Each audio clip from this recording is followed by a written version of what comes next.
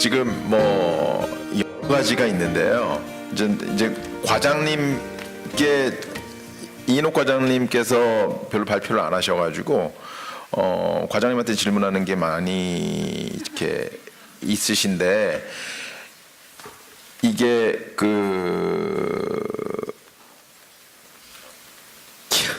좀 톤을 낮춰서 질문을 드리겠습니다. 이게 사회복지 예산이 아니라 복권기금으로 편성되어야 하는 이유가 있는지, 혹시 그룹홈 종사자는 사회복지직이 아닌 일자리 창출로 구분되어야 하는 것이 맞는지, 아니면 종사자 채용권은 달라져야 하는 것이 아닌지, 이게 꼭 과장님한테 맞는 얘기인지는 모르겠는데 과장님 목소리 들어보고 싶어서 아마 질문을 주신 것 같습니다.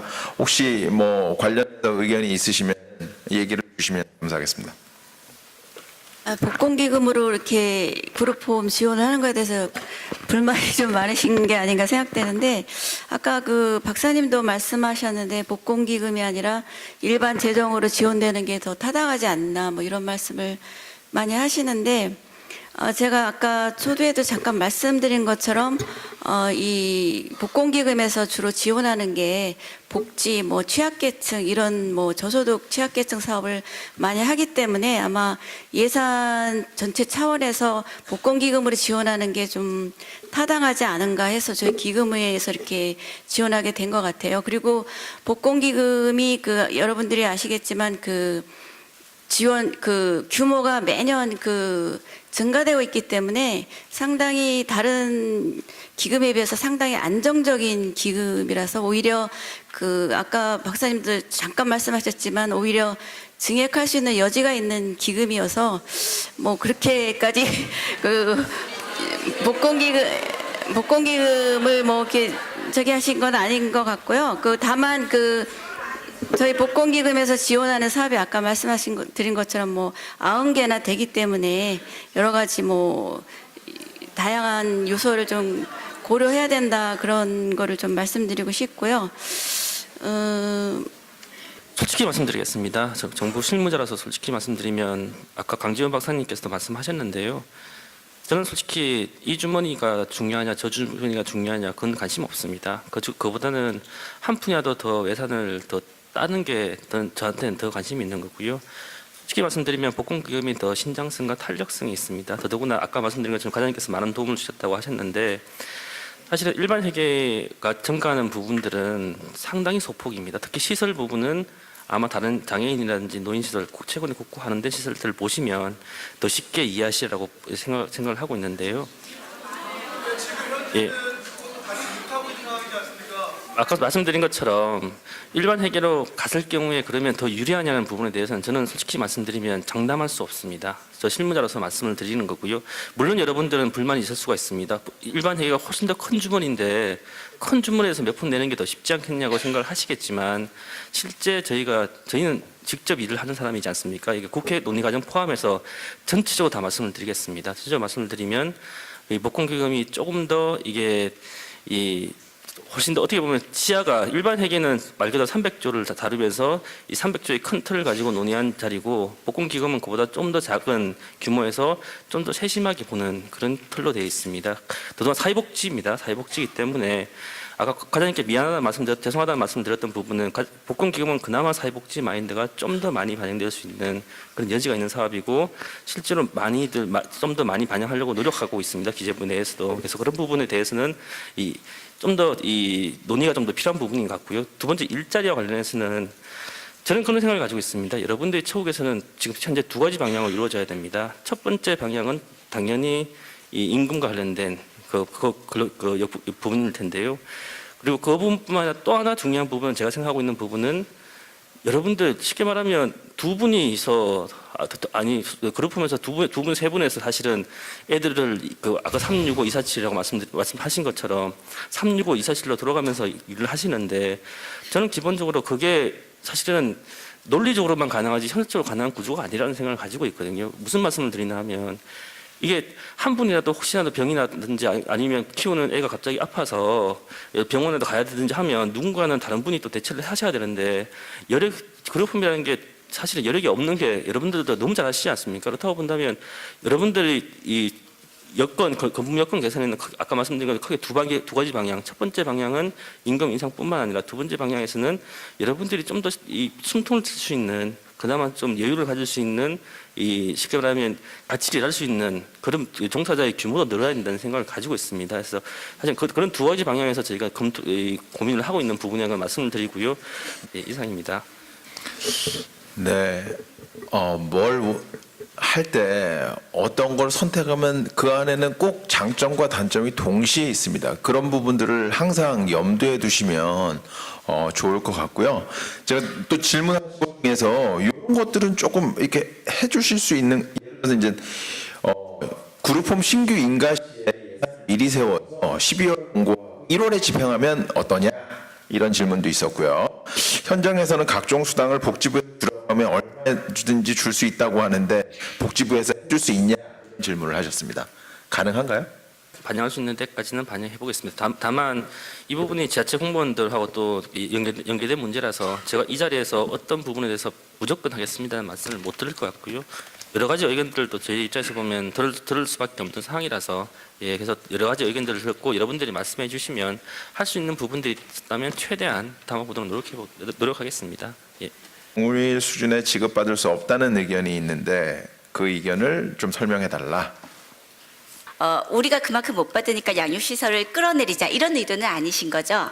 네. 근데 저희가 양육시설의 규모라든지 종사자 배치 기준에 차이가 있으니 제가 말씀드리고자 했던 건, 차이는 인정하되 동일한 임금 테이블이랑 동일한 기준 적용할 수 있게 판을 벌려서 법 개정을 먼저 하자라는 말씀이에요. 그게 토론문에는 조금 더 명확하게 제시를 했는데, 예를 들면 이런 겁니다. 그 양육시설의 운영 주체 규모랑 저희의 그 운영하는 규모나 주체가 다를 수 있어서 저희한테 그냥 양육시설 기준으로 갑자기 딱 점프업을 해달라고 요구를 하면 사실은 올해 내년 그 얘기를 하는데 시간이 너무 많이 걸리게 되는 거예요. 그게 아니라 아동복지시설에 사회복지시설 종사자 인건비 가이드라인을 받지 않는 몇 개의 시설들이 있습니다. 그리고 아동복지가 아닌 시설도 있고요. 그러니까 그 시설들을 같이 연계해서 별도의 임금 테이블, 장기적으로는 사회복지시설 종사자 인건비하고 동일하게 맞추는 게 적절한지, 그거와 다르게 생활시설을 별도로 하는 게 적절한지 등을 다 포함을 해서 아동복지시설의 인건비 테이블이나 배치 기준을 별도로 고려를 한번 해봐야 된다는 말씀이었습니다. 네. 왜 사회복지 급여 가이드라인에 맞춰주지 못하냐, 그 과학적 근거가 뭐냐, 이 얘기를 이게 또 과학적이어야 되는지 모르겠지만 여하튼 과학적 근거가 뭐냐, 이걸 얘기해 주셨고요. 또 하나는 복권기금이 혹시 복권기금 내에서도 호봉제 적용이라는 게 가능한 거냐, 이런 거를 이렇게 현실적으로 물어보신 분도 계세요. 이거는 어떻게 가능한 건가요? 그 인건비 관련해서는 사실 복지부하고 지속적으로 협의해가지고 저희가 단독으로 결정하는 건 아니기 때문에, 그 호봉제 관련해서 다른 복지 분야하고 어떻게 형평 있게 설계를 하시는지 그걸 보고 저희는 이제 복권기금 있고 또 복지부에서는 다른 일반 재정에서 지원하는 또 여러 가지 복지 사업이 있기 때문에 저희가 단독으로 이렇게 그걸 결정은 할 수 없고, 복지부랑 아마 협의해서 추진할 수는 있을 것 같습니다. 저는 호봉제에 대해서는 그 말씀 드리고 싶습니다. 그러니까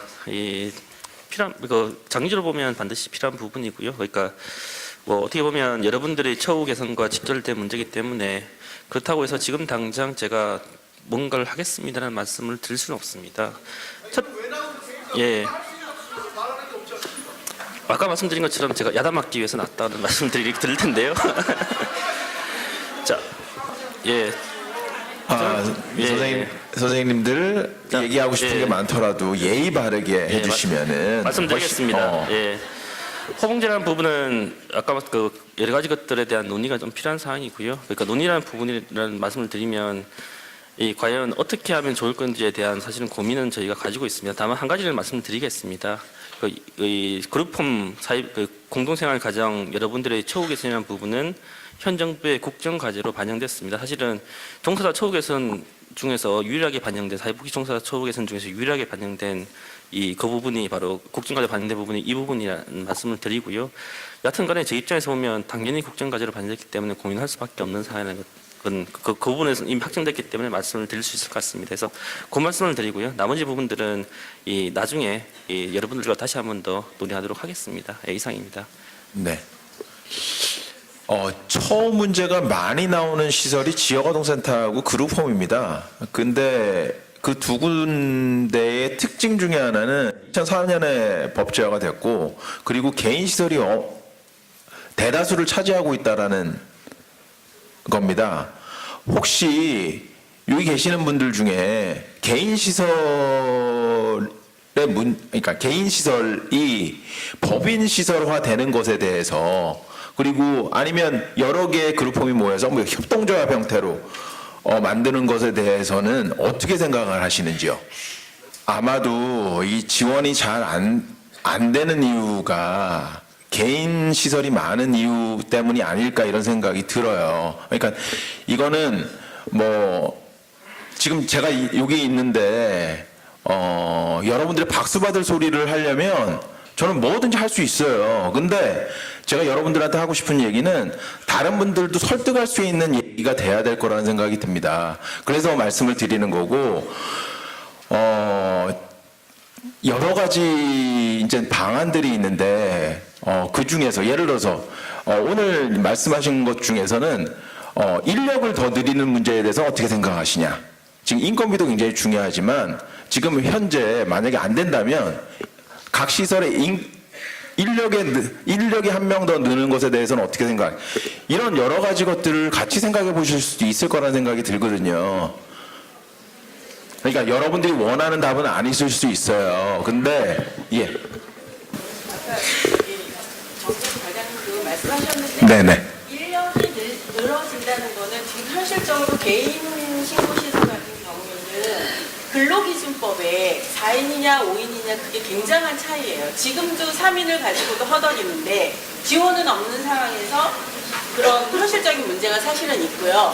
그 다음에 또 하나 아까 교수님 말씀하신 뭐 법인으로 할 것이냐 뭐 할 것이냐는 저희들한테 물어볼 게 아니라, 그렇다면 그런 정책을 하실 거면 법인이든 뭐 그 집단을 어떤 그런 용어 사용하신 조합을 하시던 그거는 그럼 국가가 그렇게 하시고 저희들이 다 폐업을 한 다음에 거기에 저희가 그 입사 원서를 내고 그렇게 하는 게 맞다고 생각합니다. 지금 현재 기존의 그 민간에서 출발한 사회복지에 대한 그 기존 저희들의 가치를 인정해 주신 상황에서 합의가 돼야지, 지금 어떤 그 위에서 그 원하는 방향으로 끌고만 갈 수 없는 거잖아요. 그러니까 그렇지만 저희들이 무조건 저희들의 그 기본적인 임금을 올려달라는 수준은 아니라고 좀 이해를 해주셨으면 네. 좋겠습니다.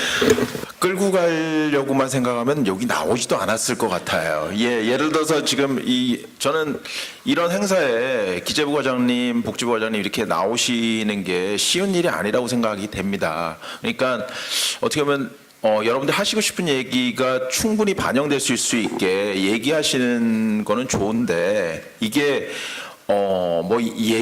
예의 바르지 않게 얘기하는 거는 그렇게 바람직하지 않다라고 생각이 들고요.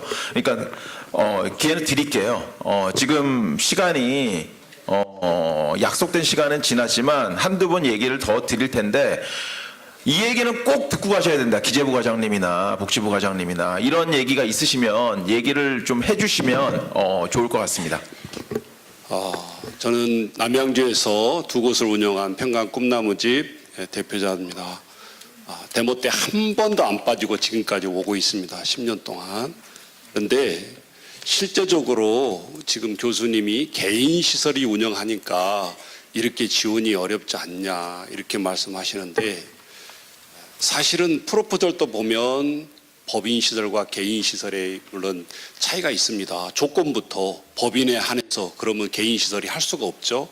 아무리 어려운 시설도 프로포절에 도전하고 싶은데 조건을 딱 답니다. 그렇죠? 차량 한 대 받더라도 5년 이상, 그러면 4년 11개월이면 신청을 할 수가 없습니다. 예, 그 단서를 다하는 이유도 알겠고요. 그런데 분명한 것은 제가 이번에 그 주택 문제 때문에 국토교통부에 직접 그 담당님하고 통화도 했고 직접 장관님한테 이제는 이제 글을 올려야 되겠다라고 하는데 무슨 문제냐면은 임대주택의 문제입니다. 경기도지사까지 다 허락을 해서 줘라. 보건복지부 장관님도 줘라. 그런데 마지막에 보니까 해양부에서 국토교통부에서 거절이 됐어요. 이유가 뭐냐? 주택을 달라는 것도 아니고 임대주택을 2천만 원에 10몇만 원씩 이렇게 하는데 지금 대부분 5, 60만 원, 7, 80만 원씩 지금 이렇게 지원이 되고 있는데 지금 서울에서 그룹홈을 하는 사람과 저 전라도 밑에서 그룹홈 하는 사람과 똑같은가? 우리 현 주소도 생각해 봐야 돼요. 예? 실제적으로 그런 부분에 있어서 정부는 말만 탈시설화 하자. 보육시설이 좋지 아니하니까 7인 시설로 이렇게 하는 것이 너무 좋다. 일본을 보니까 너무 좋다. 말은 그렇게 얘기합니다. 그러면 실제적으로 지금 우리가 40명 시설, 보육시설이 인원이 지금 근무하고 있는 인원이 몇 명인가? 3, 40명이 됩니다. 그럼 어떻게 그걸 설명하시겠어요? 그리고 지금 임대주택이라든지 비싼 주택들을 하고 자부담으로 다 부담하고 있는데 그나마 한 사람이 기초수급자면 다 임대주택 다 주고 합니다. 그런데 왜 7인 가구를 모아서 살고 있는 사람에게 임대주택조차도 허락을 안 하면서 무슨 법인 시설로 하라, 뭐 개인 시설로 하라, 지금 그건 어불성설한 얘기고요. 분명한 것은 우리가 지금 가장 시급한 문제, 여기 바로 한마디만 협조해주면 그 문제는 해결할 수 있고, 집 달라는 것도 아니고 7가정이 모여서 사는데 임대주택 하나 해결 못하면서 무슨 뭐 다른 것을 논할 수 있다는 겁니까? 급식도 주지 마라. 프로그램도 공동 가정하고 아이들은 집어넣지 마라. 지금 야간보도 보면 복권기금도 그렇게 하고 있어요. 그러면 프로그램도 넣지 마라. 지원도 프로그램도 안 해주면서 그 꼽살에 끼어서 그 프로그램을 하려고 하는데 대상자를 빼라. 공부하다가 너희들은 그룹홈에서 하니까 가서 밥 먹고 와. 이래야 되는 상황이에요, 지금. 예. 이게 말이 되는 소리입니까? 차별? 유예?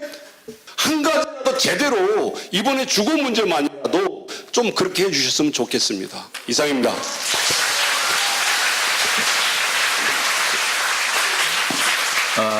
네. 또 한 분. 질문지를 보시고 그냥 내려놓으신 것 같아서 꼭 말씀을 드려야 되겠더라고요. 그룹홈 종사자의 처지가 지금 한창 이슈화되고 있는 파리바게뜨 제빵사 같습니다. 논리가. 지금 파리바게뜨 본사에서 얘기하는 이런 논리들이 기재부나 보건복지부에서 오신 과장님들께서 여러 가지 이유가 있다. 그룹홈뿐만이 아니다. 이렇게 말씀하시죠. 그 가진 자의 자본의 행포처럼 느껴지는 예의 바르게 그런 내내 그 파리바게뜨 제빵사 뉴스를 들 때마다 어쩜 우리 처지네 이런 걸 절감했고요. 복권기금에서도 임금 인상을 하거나 훨씬 유리하다고 계속 말씀하셨어요. 유리한데 왜 안 해주셨습니까? 예, 안 해주셨어요. 매년 희망 고문을 하셨어요. 올해는 될까? 조금 더 오를까? 후봉지까지는 안 되더라도 그래도 몇 프로가 오를까? 통계를 조작하신 적도 있어요. 작년인가 재작년인가? 시간제 근무수당을 없애놓고는 그걸 갖다가 기본급에다가 포함시켜가지고 6%인가 인상했다 그러는데 제가 실제로 몇 퍼센트 인상됐는지 계산을 뽑으니까 한 1.7% 내외였던 것 같아요. 그래서 기재부에서 이걸 모르고 있을 리는 없고 의아하다 이런 생각도 했었습니다. 핑계가 너무 많아요. 근데 왜 피해를 가장 열악한 저희들이 봐야 되는지 이건 헤아려 주시면 좋겠습니다. 그 가장 열악한 곳을 평준화시켜 놓고 올려놓고 나서 그 다음에 다른 걸 하셔야 될 걸로 생각이 됩니다. 이제 본사 운영제도 교체됐잖아요. 정부가 바뀌었잖아요. 그러면 좀 바뀌어야 되지 않습니까? 정책이? 저는 문재인 대통령님은 그 말씀을 지난번에도 저희가 인권위 앞에서 기자회견하면서 울컥했는데 기회는 평등할 것이라고 과정은 공정할 것이라고 결과는 정의로울 것이라고 이게 저희 안보고 있어요. 지금 본사 대표가 그런 기조로 하라고 하는데 밑에서 뜻을 못 읽고 있는 게 아닌지 그 생각도 듭니다. 저희들 할 수 있는 걸 다 해야 되겠죠. 저희 차원에서 뭐 이게 지금 현재 이 상황이 저희들 변호사들에게 개인적으로 자문 받아보고 단체에서도 해보고 하는데 헌법소원의 이유가 있다. 기본권에 침해된다. 평등권에 어긋난다. 이런 답변을 받았거든요. 뭐 기관에서 하는 게 부담이 되면 개인적으로라도 한번 할 수 있고요. 이걸 국가를 상대로 꼭 해야 되나? 본사도 바뀌었는데 좀 알아서 해주시면 좋겠습니다. 예. 저희들 입사할 때 정규직이라고 사회복지직 정규직이라고 입사합니다. 그런데 비정규 무기계약직입니다. 사실상 이 조를 알아주시고 복지부에서 이걸 그냥 두시는 건 곤란하죠. 기재부하고 잘 협의하셔가지고 어떤 식으로든지 이렇게 지금 말도 안 되는 상황에 있는 저희들 이거 뭐 점점 심해져야 됩니까? 60이 다 돼가는 그룹홈 협의회 회장이 지금 길바닥에 텐트 치고 그전 하루도 못 자겠던데요. 지금 며칠째 그러고 있습니까? 이것도 좀 살펴봐 주시고요. 얘들 이러다 말겠지. 해마다 조금 이러다 말았어. 한 3% 올려주자. 이런 보관이시라면은 좀 곤란하다는 말씀을 드리고 싶습니다.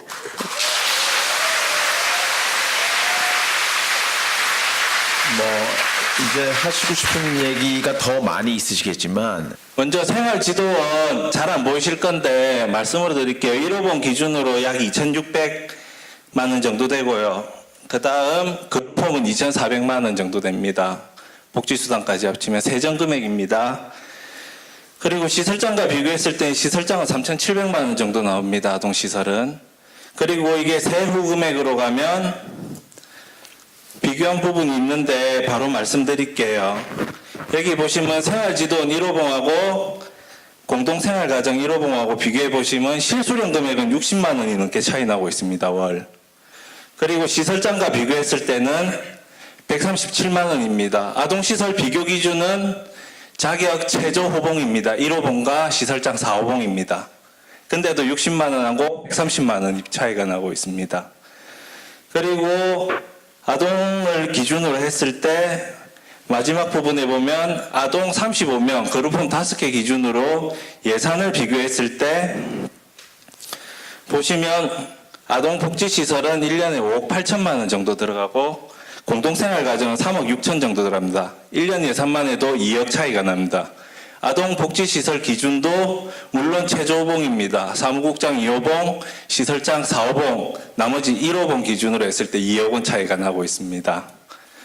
그리고 제가 생각했을 때 호봉제가 되지 않는다면 가장 시급한 부분이 공동생활가정에서는 공동생활가정 급여에서 4대본과 퇴직금 부분을 제하고 있습니다. 사업장분과 퇴직급여를 급여에서 제하고 있고 아동복지시술은 지원을 해주고 있는 상황입니다. 그 부분만 해결이 돼도 급여 차이가 생활지도원 1호봉하고는 18만 원 정도밖에 차이가 많이 줄어들거든요. 일단은 당장에 안 되더라도 이거를 저희 부산시 기준으로만 따졌을 때 1년에 5억 정도 필요하더라고요. 이 예산이. 전국적으로 따져보면 조금 더 많은 액수가 들겠지만은 기존 호봉제보다는 조금 작은 액수가 되는 당장 내년에 대안은 되지 않을까 하는 생각에서 자료를 일단 말씀을 드리는 겁니다. 이상입니다. 네. 현실적인 대안을 마련해 주셨는데 우리 이상윤 부회장님 얘기 말씀 듣고 그 말씀 들으면서 신뢰 문제라는 생각이 좀 들었습니다. 그러니까 무슨 말씀이냐면 우리가 일반 예산이냐 복권기금 예산이냐 그걸 지금 따지는 건 아니잖아요. 근데 그 기재부에서 제가 알기로는 그 예산을 가져갈 때 더 잘해주겠다라고 그렇게 얘기를 했고 또 그 다음에 두 분 말씀하실 때도 또 그쪽에서 하는 것이 훨씬 더 수월하다라는 말씀을 주셨고 근데 이제 저희 회원들이 이렇게 격앙되는 모습을 저는 처음 봤습니다. 근데 그런 이면에는 이런 신뢰 문제가 있지 않을까 싶습니다. 그래서 그렇게 하겠다고 가져가셨으면 뭔가 더 해줘야 되는데 해주기보다는 해준다는 말이 좀 이상하네요. 그렇긴 한데 어쨌든 뭔가 더 나은 그런 처우를 고민하셔야 되는데 그러지 못했다는 게 거기에 신뢰 문제가 있는 것 같아서 좀 안타깝다. 그래서 오늘 또 보니까 전에는 기재부에 복지부에서는 기재부 탓을 했는데 오늘은 또 의견을 이렇게 맞추시는 게 좀 어색해 보이는데요. 어쨌든 어떤 이런 저희가 가지고 있는 이런 신뢰 문제, 진정성을 좀 이해하시고 거기에 맞춰서 말씀하신 것처럼 그 복권기금은 뭔가 좀 더 수월하다면 그 이번에 손 봐서 저희가 요구하는 것들을 좀 관철시켜 주셨으면 좋겠습니다. 이상입니다.